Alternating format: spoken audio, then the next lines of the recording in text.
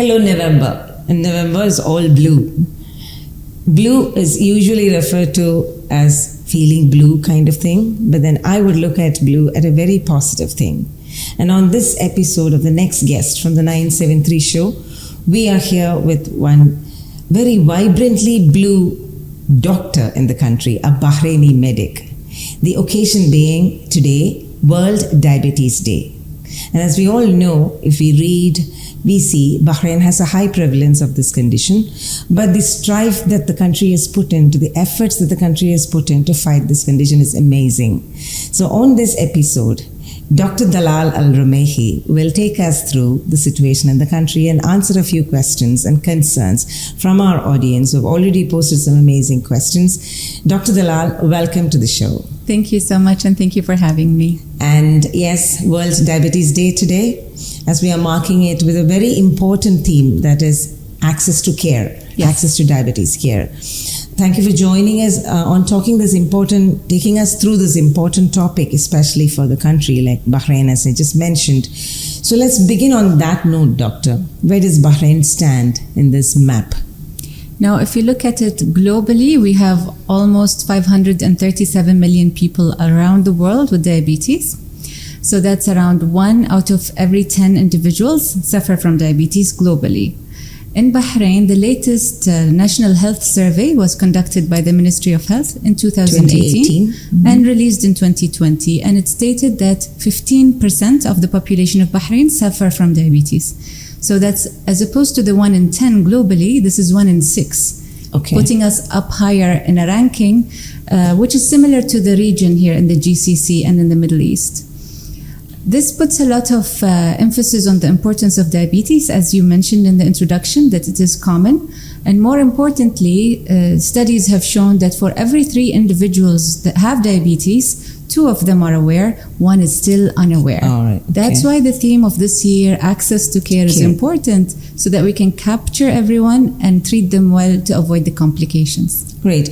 And Doctor, before we go into those brilliant questions out there, which will, I'm sure, take us through the entire thing that we want to discuss, you as a consultant endocrinologist at the Awali Hospital and also as an associate professor at the RCSI on these topics, what is your experience? You just mentioned about awareness. Other than that, what are the other common challenges that you see in the society with regards to diabetes? Well, luckily we have a very well-educated population. They are keeping updated with guidelines, with news about releases of new investigations and medications. So luckily we have very aware population. And we have very fantastic setup in the primary healthcare setting, where programs exist, where a family physician has a panel of patients, and they have now introduced certain criteria to emphasize the importance of early screening for diabetes and other chronic non-communicable diseases.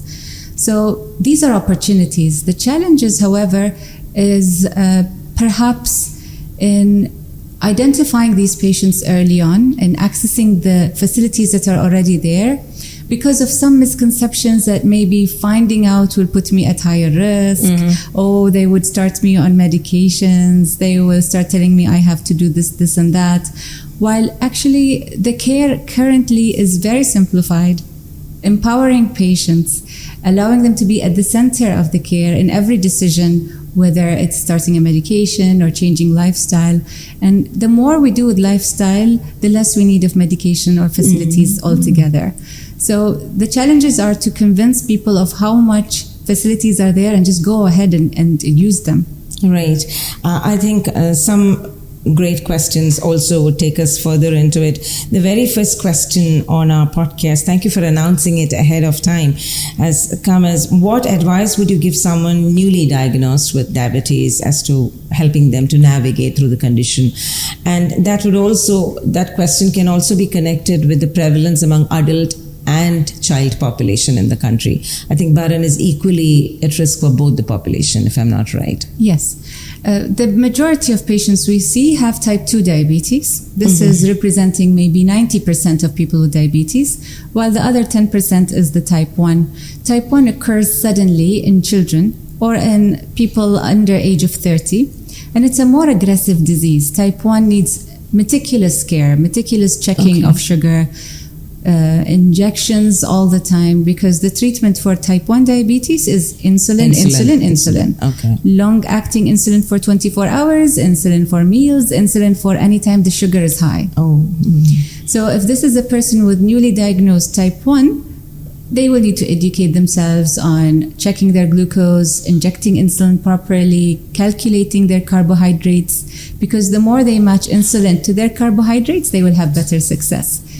Now for type 2, there is a lot that can be done. Type 2 occurs to the contrary, almost opposite. It's slowly progressive. Okay. It's milder, less symptoms, less fluctuations. And it can sometimes go undiagnosed for a long time because people might not know that they have it. Once they know, in the early stages, they have a golden opportunity. And now we have cases of reversal, complete reversal of medications. And I think there is a question that will come later on that. So again, education, modifying their lifestyle, eating healthier, exercising. And whether it's type 1 or type 2, they have to be in good spirit. They have to be at peace with it, accepting of it. There is no blame in diabetes. If it's type 1, it's their fate. They didn't do anything wrong to this child that they would develop diabetes. It's something in their genetics and something in the environment that triggers it unwillingly, no control. Type 2, yes, people have gained weight, they are not active, but again, self-harm by just feeling guilty, feeling sad won't do service to anybody. Again, be at peace with yourself and make better choices and move forward to be healthier. So acceptance is very important, because sometimes, unfortunately, I have people who are in denial, or they're at anger at themselves or their spouse or child. So peace and education will help them navigate so they remain healthy and they maintain good quality of life. That's right. Key. And that's a very valid point, which is not limited to diabetes. I think the overall approach to life should be that, a positive approach, whatever situation we are in. I've heard doctors of every genre speaking of this, because that gives body the strength to fight the condition, fight whatever condition that we're going through. And yes, diabetes can put us through a lot of stress, isn't it? Definitely. Limitations and things like that. Yes, thank you, doctor. And this question is also interesting.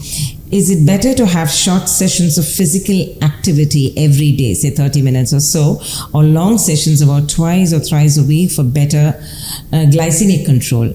This is, of course, from a doctor herself, Dr. Anisha. She's a mental wellness specialist. She's a psychologist. So, yeah, about the activity part. So I thank her for this question.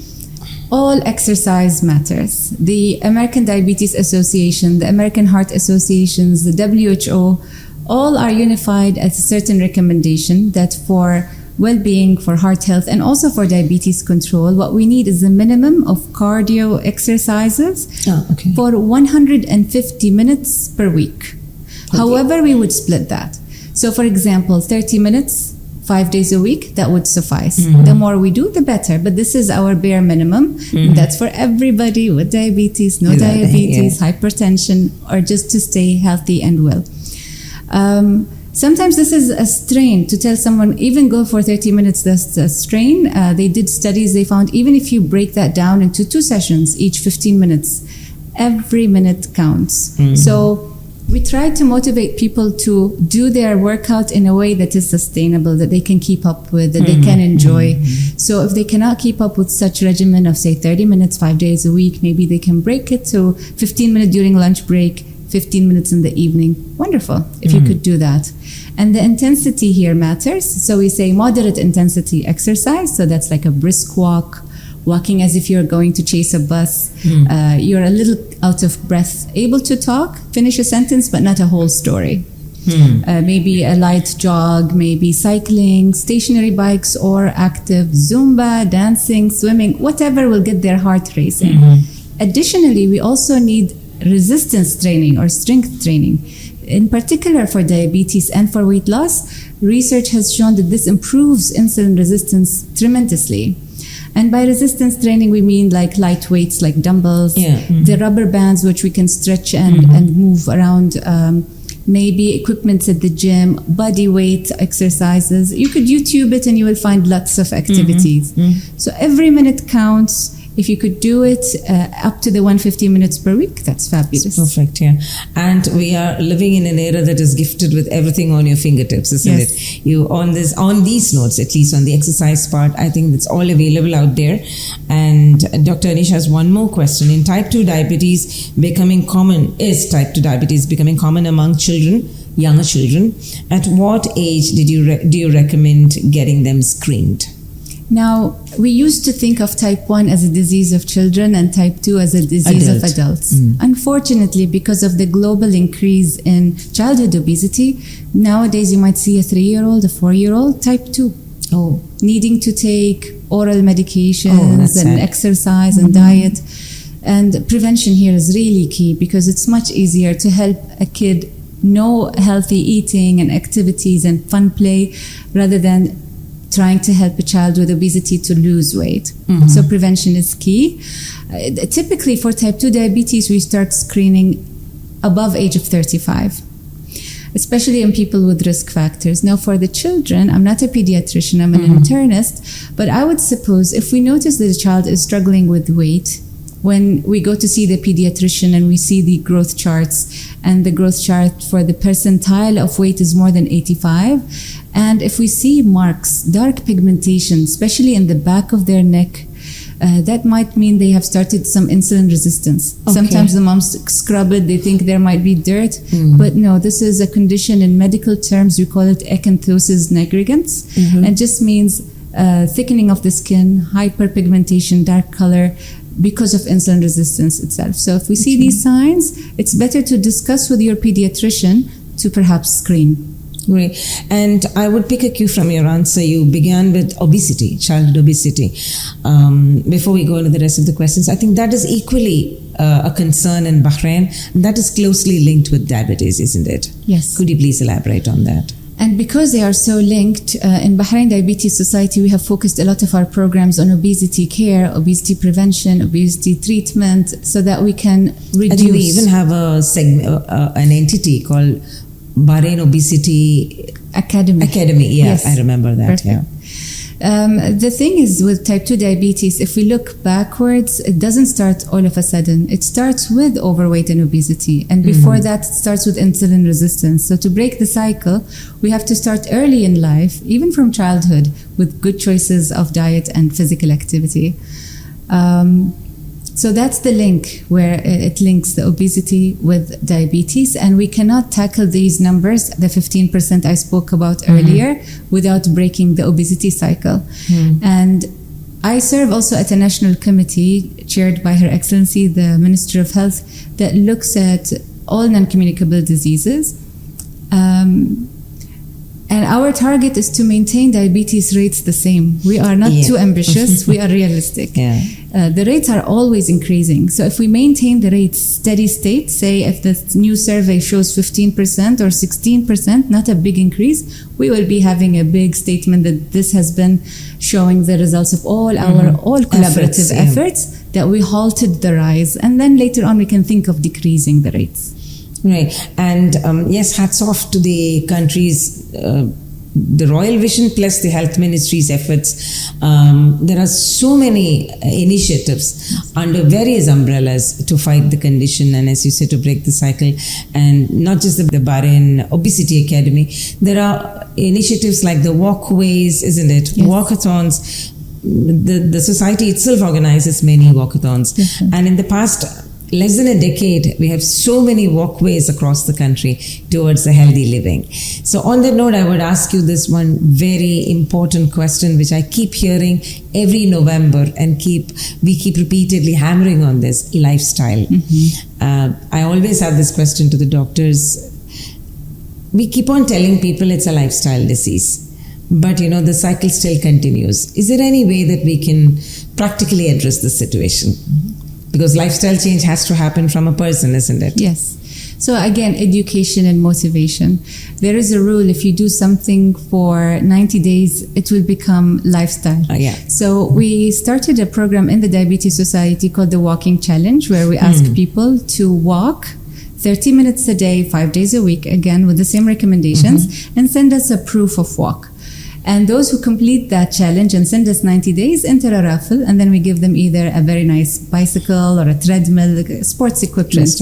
And over the past 5 years, we have recruited so many subjects, and when we ask them later on through surveys, we find that they have maintained their good walking habits. That's good, yeah. And lifestyle changes doesn't have to be overnight. I don't have to be having everything done wrong today and wake up tomorrow and become 180 degrees a better person. If I adopt one healthy change this month and one healthy change the following month, it will build up. And by the end of the year, I will have changed 12 bad things to 12 good things. And I find it quite contagious. If you start doing something healthier at home, the husband starts, and then the child starts, and the neighbor starts, and the one in the workplace starts.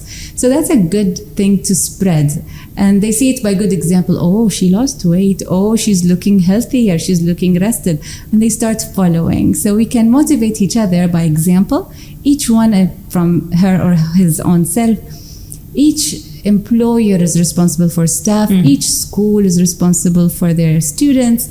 Each workplace and such on, then the cycle will become bigger. But it's a big, huge collaborative effort. Right.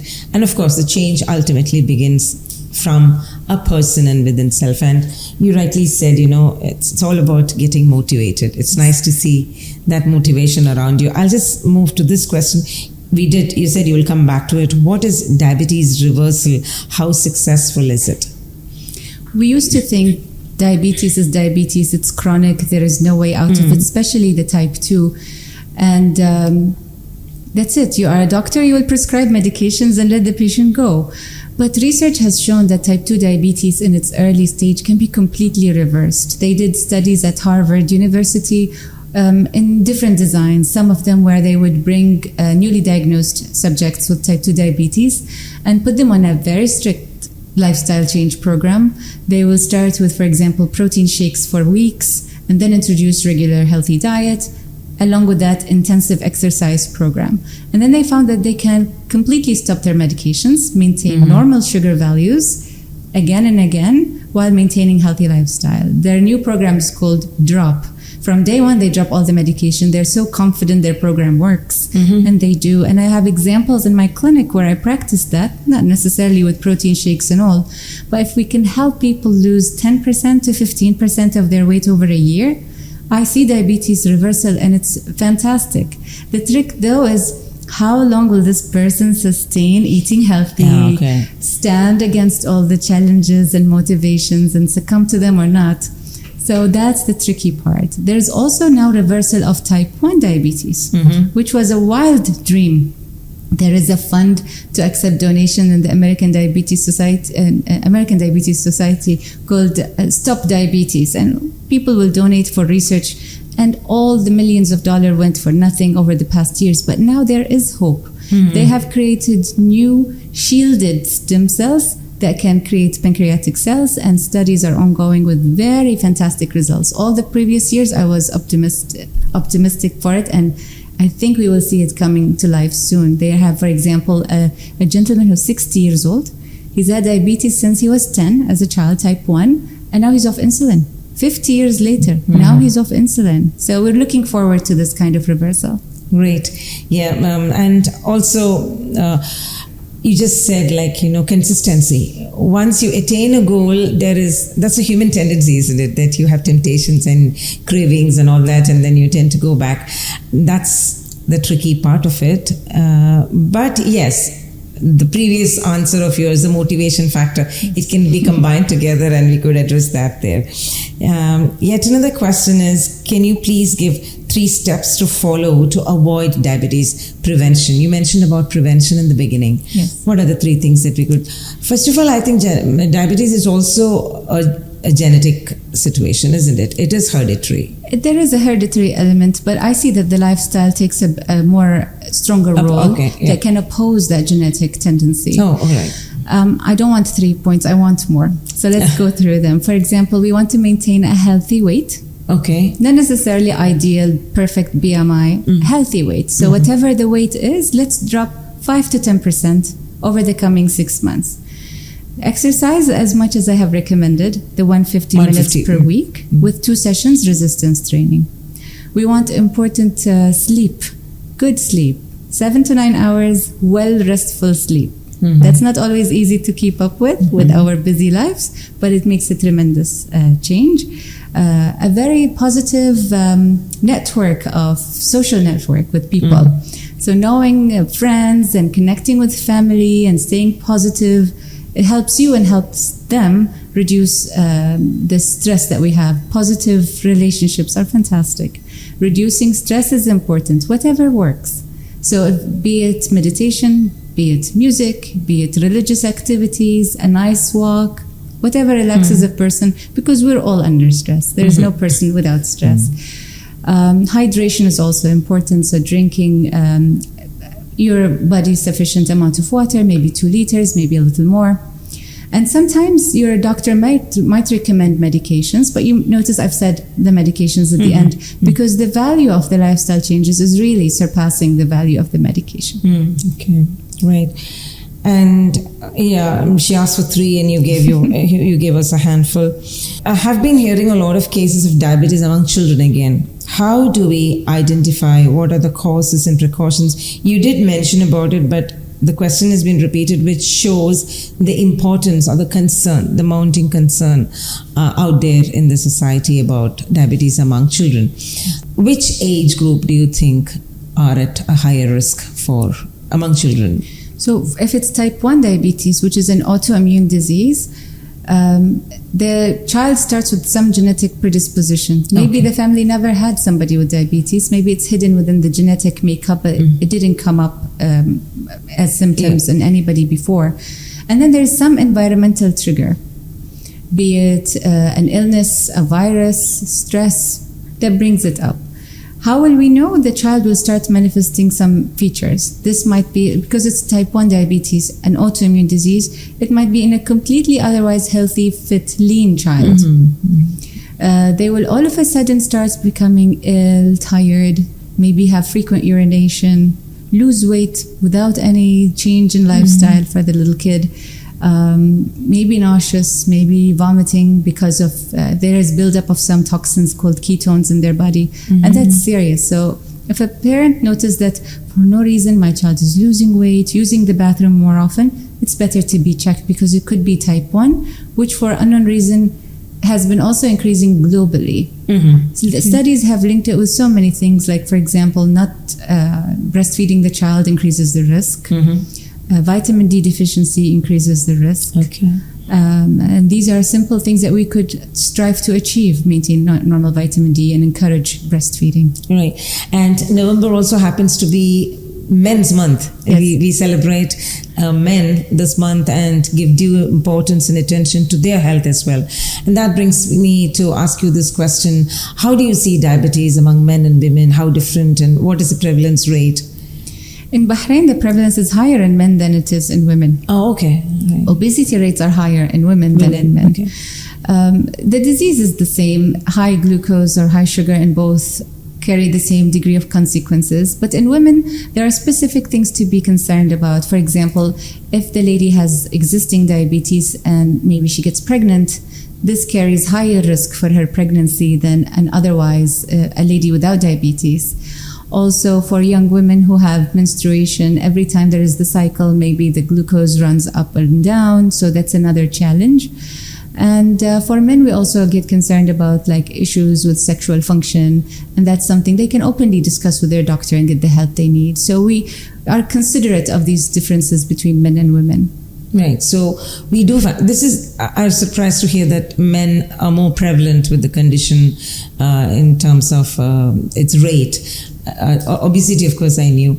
And when you said like discuss openly, I was having a discussion with doctors on these, because it's a men's month. We always hear from the doctors that the men are very reluctant to openly discuss with the things. And I would ask this question because how do you look at the stigma part of diabetes in the society? Bahrain has a high prevalence, as we repeatedly said.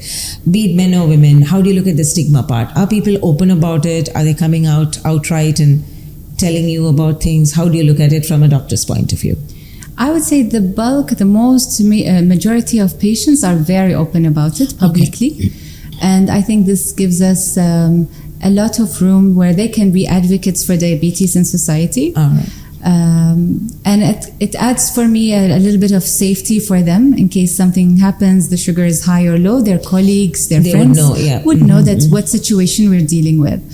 I see the rare occasion of somebody who's still, I don't want to put a sensor, I don't want anybody to know, I'm at school and I don't want anybody to know. And we try to convince them that's not a big deal. And we give examples of, for example, celebrities or politicians who are publicly speaking about their diabetes.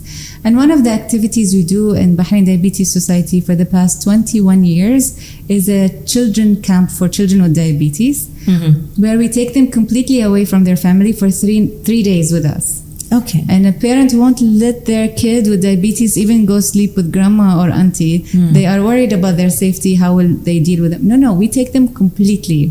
Okay. They sleep over with us. We do a lot of activities of education, self-esteem, networking, confidence building, encourage. And they feel 180-degree different after camp. That's interesting. And they maintain new relationships and friends with and kids this is with what diabetes. Age group are we talking about? We take them from ages 6 or 8 up to 13, 14. Okay. Yeah, and it's a very, very fun experience. We feel happy, the kids feel happy. We all leave positive after camp. And this is open to everyone, or is it limited to Bahrainis? It's open, and we have the nominations coming from the treating physicians themselves. They will select the children who they think this child needs help, this teenager needs help. And we will take them at Bahrain Diabetes Society, find a sponsor here. I find that very interesting because it's the togetherness, right? To know that you and me are together in this and we're giving a shoulder to each other, that takes them a long way. And catching them young is a word here, isn't it? Yeah, and Bahrain started these camps in the GCC. It was the first country who did it. Then they taught other countries. Now we have exchange programs. We've received an invitation from Qatar, and a team will go next month. 2 ladies, young ladies with diabetes, and a nurse from Bahrain will go to Qatar and exchange experiences even between countries. That's nice, yeah. This is a very specific question. My husband, who is diabetic, has a sweet tooth and craves sugars after a meal. How can sweet cravings be curbed? Is a high carb diet that may cause it, or some foods that aggregate it? It's a very personal question, but still, I think it's common out there, isn't it? There are so many theories why this happens. Sometimes we, in even our local language, we say when you forbid somebody from something, they crave it even more. I think that's local globally. Yeah. They crave it even more psychologically. They feel, oh, I cannot have it, I want to have it. There is research that looks at our bacteria inside our digestive system. We are 10 times more bacteria than human, by the way. There's a lot more bacteria in us, and they send us signals for what they want to eat, that they want us to eat, so the bacteria would survive. Imagine that. We are guided by what our bacteria wants. So we could retrain our bacteria to what we should eat healthier. So what would we do in that situation? And sometimes these cravings are I'm not sure of the situation, because of low sugar, maybe the medication her husband is taking is too strong, causing a dip that he wants something sweet to keep up. Subconsciously, his body is rescuing him from going too low, maybe.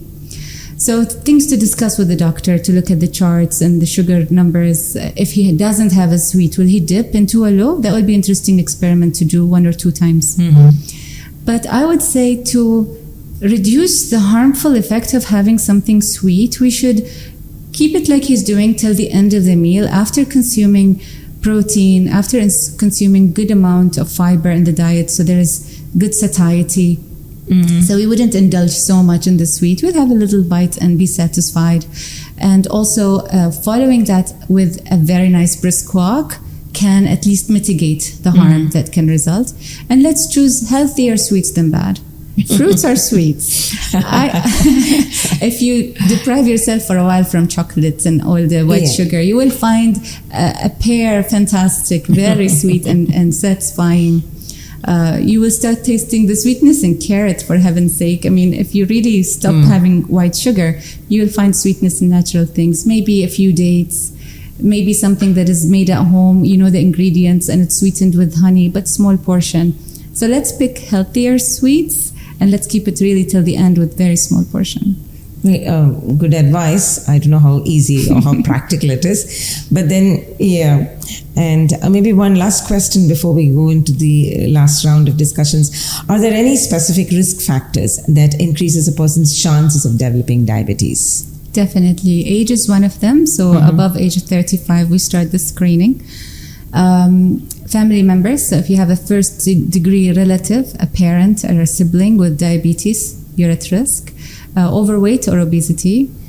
If we have reduced physical activity, if we're not doing the 150 minutes per week, we are at risk.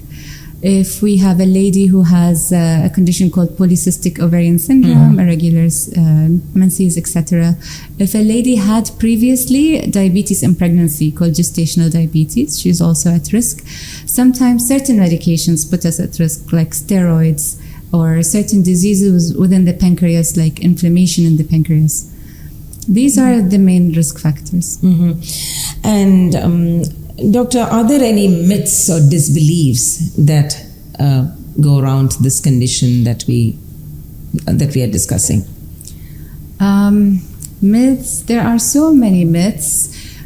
Some of them is that I can, at an advanced stage of diabetes, say I've had type 2 diabetes now for 10 years, 20 years, and now I will completely stop my pills and I will go on this diet or that diet and I will be completely fine. That doesn't happen. What I explained earlier happens in early diabetes and under supervision.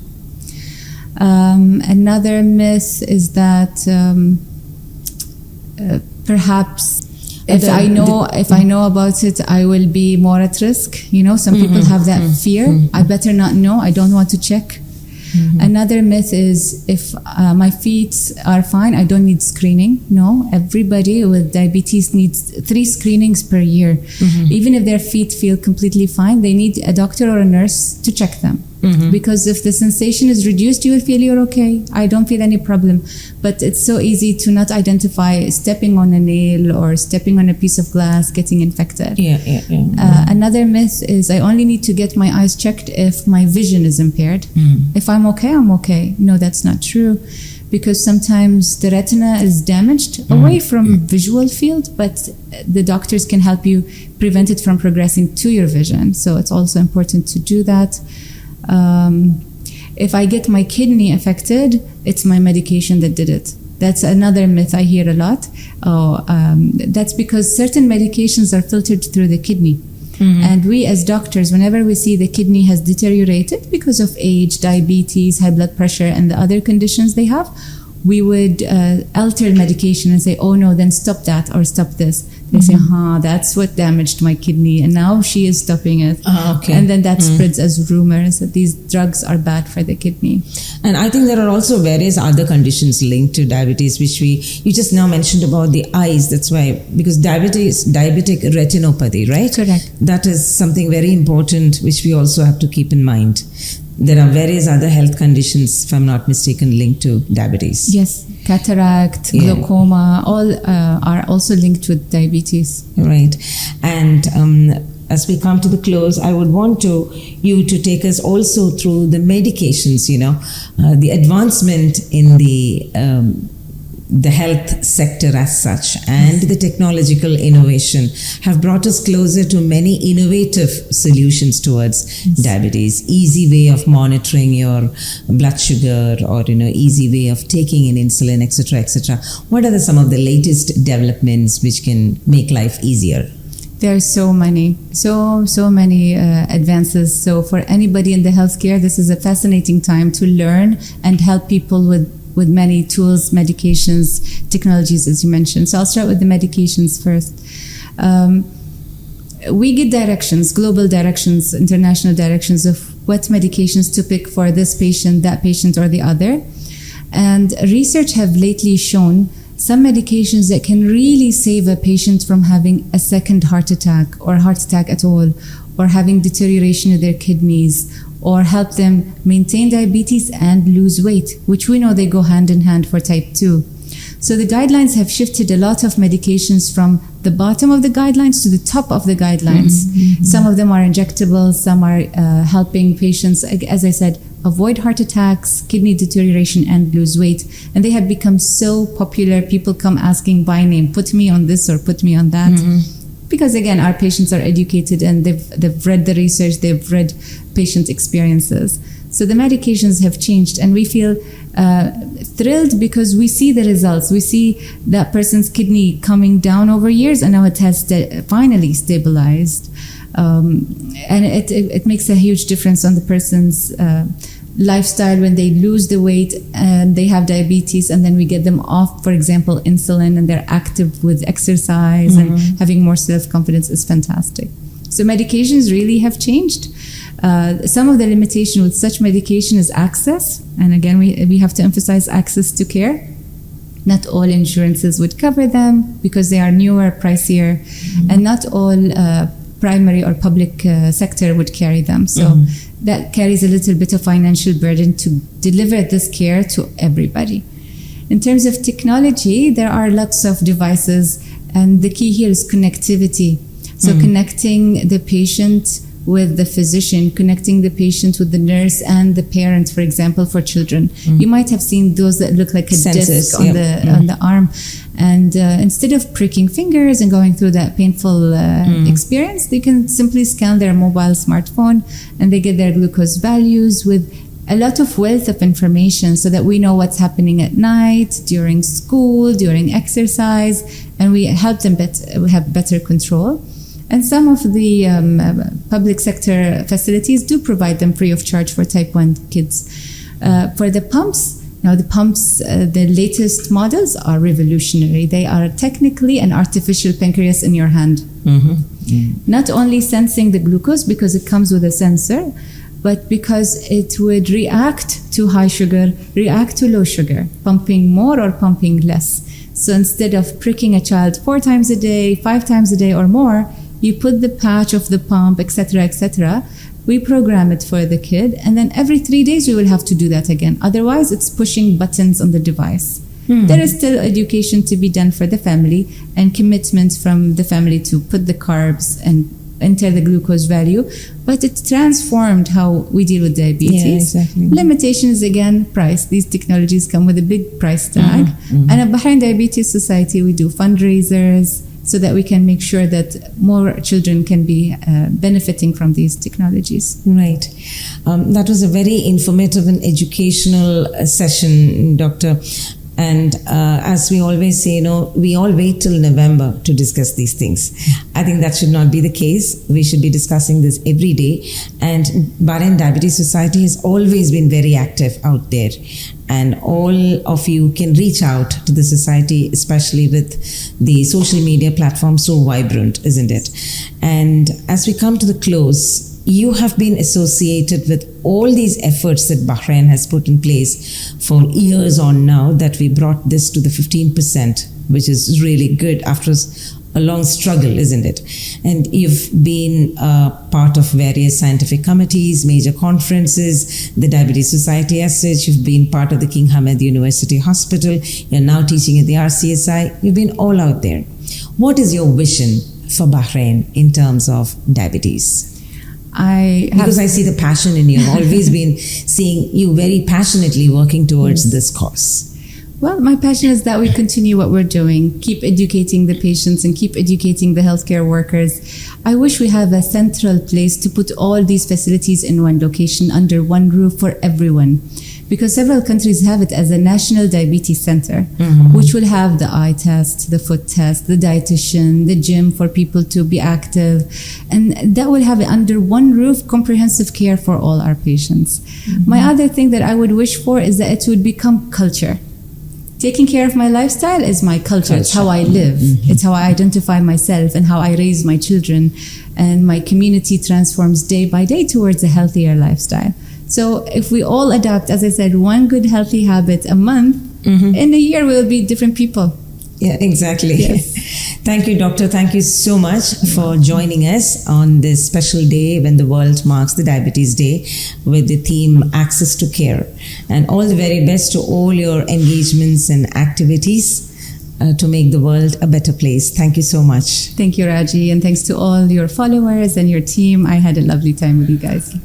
And thank you all those who posted some questions to us. And if there are any other questions, please feel free to drop it down there on the comment box. Or you can straight reach out to Dr. Dalal Al Rumaihi. She is very active herself on social media, and so is Bahrain Diabetic Society. As I said, let's not wait for Novembers to repeat and then discuss this. Let's all make a change, one change a day, so that we all become changed people. Well, that was Professor Dalal Al Rumaihi on the next guest. So wait until the next interesting, exciting and engaging guest on the next guest from the 973 show.